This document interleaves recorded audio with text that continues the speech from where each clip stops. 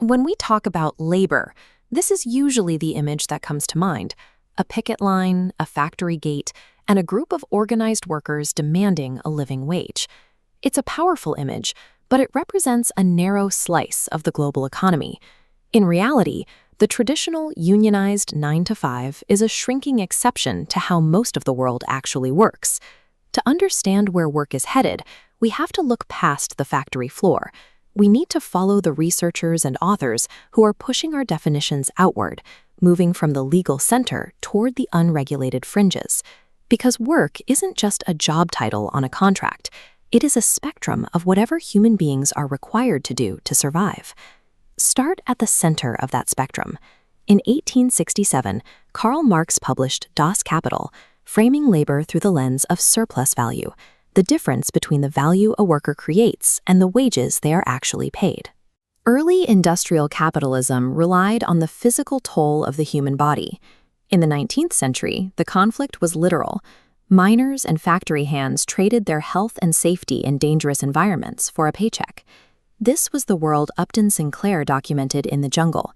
He exposed the grotesque conditions of the Chicago meatpacking industry, where immigrant labor was treated as just another disposable raw material.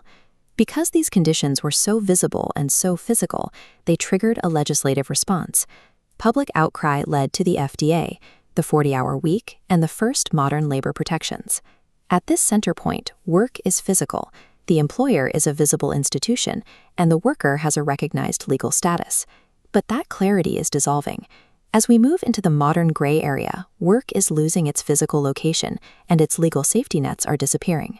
Researcher Guy Standing identifies this as the rise of the precariat, a social class defined by zero-hour contracts and a total absence of job security. These aren't just gigs, they are a new way of organizing human effort.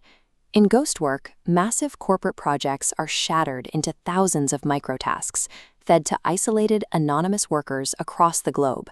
There is no human foreman, only an algorithm managing performance and pay, severing connections and making organizing nearly impossible. In this gray area, the very definition of a worker is under threat. If the law can't see the relationship between employer and employee, it cannot protect it. Now push further toward the margins. This is the edge of the spectrum, featuring work that society often refuses to recognize as labor at all. In the book Revolting Prostitutes, the authors argue that sex work should be understood not as a moral issue, but as a labor market. It is a sector governed by supply and demand, yet one where the workers have almost no recourse against hazards. The same logic applies to the illicit drug trade or undocumented street vending. These sectors often mimic traditional corporate hierarchies, with management tiers, performance quotas, and complex logistics. Because this work is criminalized, these workers are left entirely defenseless. They exist in a space where exploitation isn't just possible, it's the business model. Whether we're talking about an 1800s coal mine or an undocumented street corner, the underlying mechanics of exploitation remain consistent. We have to stop viewing labor through the lens of a formal contract.